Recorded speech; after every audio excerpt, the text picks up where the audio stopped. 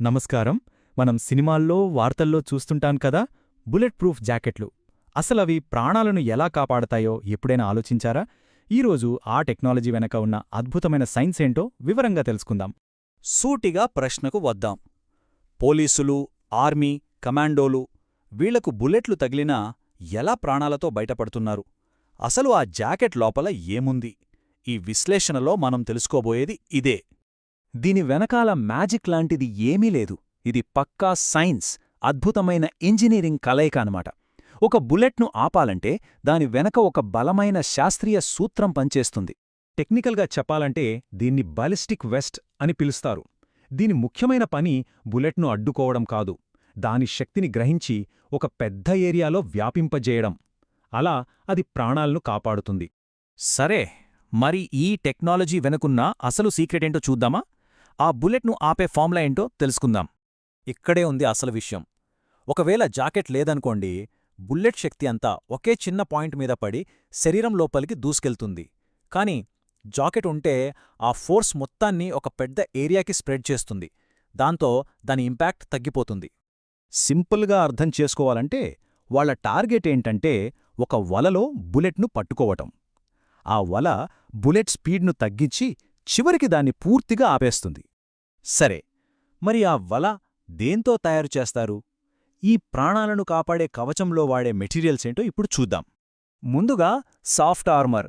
ఇది చూడ్డానికి ఒక ఫ్యాబ్రిక్లా ఉంటుంది, కానీ కెవ్లార్ లాంటి సూపర్ స్ట్రాంగ్ సింథెటిక్ ఫైబర్లతో చాలా లేయర్స్ వేసి తయారు చేస్తారు. ఇది చాలా ఫ్లెక్సిబుల్గా ఉంటుంది. 9mm లాంటి చిన్న హ్యాండ్గన్ బుల్లెట్లను ఆపడానికి బాగా పనిచేస్తుంది. కెవ్లార్ ఎంత పవర్ఫుల్ మెటీరియల్ అంటే ఆలోచించండి. బరువులో ఇనుము కన్నా తేలిక, కాని బలంలో మాత్రం ఇనుము కన్నా చాలా ఎక్కువ. ఈ స్ట్రెంగ్త్ టు వెయిట్ రేషియో వల్లే అది బుల్లెట్లను ఆపగలుగుతోంది. అయితే AK-47 లాంటి పవర్ఫుల్ రైఫిల్ బుల్లెట్లను ఆపడానికి ఈ సాఫ్ట్ ఆర్మర్ సరిపోదు. అందుకే హార్డ్ ఆర్మర్ ప్లేట్స్ వాడతారు. ఇవి ఎక్కువగా సెరామిక్తో తయారుచేస్తారు. సాఫ్ట్ ఆర్మర్ ముందు వీటిని పెడతారు. వీటి పని సింపుల్: బుల్లెట్ తగలగానే దాన్ని ముక్కలు ముక్కలు చేసేయడం. ఓకే, ఇప్పుడు అసలు యాక్షన్లోకి వెళ్దాం. ఒక బుల్లెట్ జాకెట్ను తాకినప్పుడు ఆ కొన్ని మిల్లీసెకండ్లలో అసలు ఏం జరుగుతుందో స్టెప్ బై స్టెప్ చూద్దాం. అంత రెప్పపాట్లో జరిగిపోతుంది. ఫస్ట్ బుల్లెట్ జాకెట్ను తాకుతుంది. వెంటనే ఆ కెవ్లార్ ఫైబర్స్ ఒక వలలా దాన్ని పట్టేసుకుంటాయి. ఆ ఫైబర్స్ బాగా సాగుతూ బుల్లెట్ ఎనర్జీని లాగేసుకుంటాయి. ఆ ఎనర్జీ మొత్తం జాకెట్ అంతా స్ప్రెడ్ అయిపోతుంది. ఒకవేళ ముందు హార్డ్ ప్లేట్ ఉందనుకోండి, కథ వేరే ఉంటుంది. బుల్లెట్ ముందు ఆ సిరామిక్ ప్లేట్ను గుద్దుకుని ముక్కలైపోతుంది. దాని పవర్ అక్కడే పోతుంది. అయితే ఇక్కడొక చాలా ఇంపార్టెంట్ విషయం గుర్తుపెట్టుకోవాలి.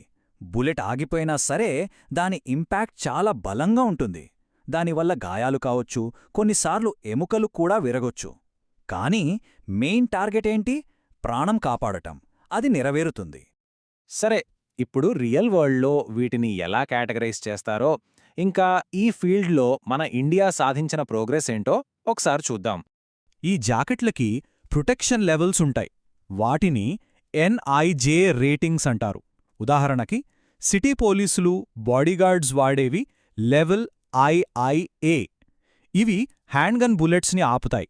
కాని మన సైన్యం వాడేవి లెవెల్ 3, లెవెల్ 4. ఇవి చాలా పవర్ఫుల్ రైఫిల్ బుల్లెట్స్ని కూడా ఆపగలవు. ఇప్పుడొక గర్వపడాల్సిన విషయమేంటంటే, మేక్ ఇన్ ఇండియాలో భాగంగా మన దేశం కూడా సొంతంగా బుల్లెట్ ప్రూఫ్ జాకెట్లను తయారు చేయడంలో చాలా ముందుకు వెళ్ళింది. దానికి బెస్ట్ ఎగ్జాంపుల్ ఈ అభేద్ జాకెట్. దీన్ని మన DRDO, IIT ఢిల్లీ కలిసి డెవలప్ చేశాయి. దీని స్పెషాలిటీ ఏంటంటే, ఇది తక్కువ బరువుతోనే హై లెవెల్ ప్రొటెక్షన్ ఇస్తుంది. బరువు తగ్గితే మన సైనికులకు అలసట తగ్గుతుంది, యుద్ధంలో ఇంకా చురుగ్గా కదలగలరు. అయితే మనం ఒక ముఖ్యమైన నిజాన్ని అర్థం చేసుకోవాలి. బుల్లెట్ ప్రూఫ్ అంటే దాన్ని ఏదీ ఛేదించలేదు అని కాదు. ప్రతి జాకెట్కు కొన్ని లిమిటేషన్స్ ఉంటాయి. దానికొక స్పెసిఫిక్ రేటింగ్ ఉంటుంది. అన్ని రకాల బుల్లెట్లను ఆపలేదు. ఒకే చోట మళ్లీ మళ్లీ బుల్లెట్లు తగిలితే ఆర్మర్ దెబ్బతినొచ్చు. ఇంకా మెడ, భుజాలు, తలలాంటి చోట్ల కవరింగ్ ఉండదు. సో ఇంపాక్ట్ చాలా సీరియస్గా ఉంటుంది.